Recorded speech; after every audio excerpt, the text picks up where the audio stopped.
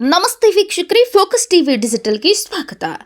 ಗದಗ ಜಿಲ್ಲೆ ಶಿರಹಟ್ಟಿ ಪಟ್ಟಣದ ಪಟ್ಟಣ ಪಂಚಾಯಿತಿ ಮುಂಭಾಗದಲ್ಲಿ 45 ದಿನಗಳ ತಮ್ಮ ವಿವಿಧ ಬೇಡಿಕೆಗಳನ್ನು ಈಡೇರಿಸುವಂತೆ ಸರ್ಕಾರಕ್ಕೆ ನೀಡಿರುವ ಗಡುವು ಮುಗಿದ ಹಿನ್ನೆಲೆ ಸರ್ಕಾರ ಯಾವುದೇ ಬೇಡಿಕೆ ಈಡೇರಿಸಿದ ಹಿನ್ನೆಲೆ ಪೌರ ಕಾರ್ಮಿಕ ಸಂಘ ಶಿರಹಟ್ಟಿ ಶಾಖೆ ಇವರ ವತಿಯಿಂದ ಅನಿರ್ದಿಷ್ಟಾವಧಿ ಮುಷ್ಕರವನ್ನು ಹಮ್ಮಿಕೊಳ್ಳಲಾಯಿತು.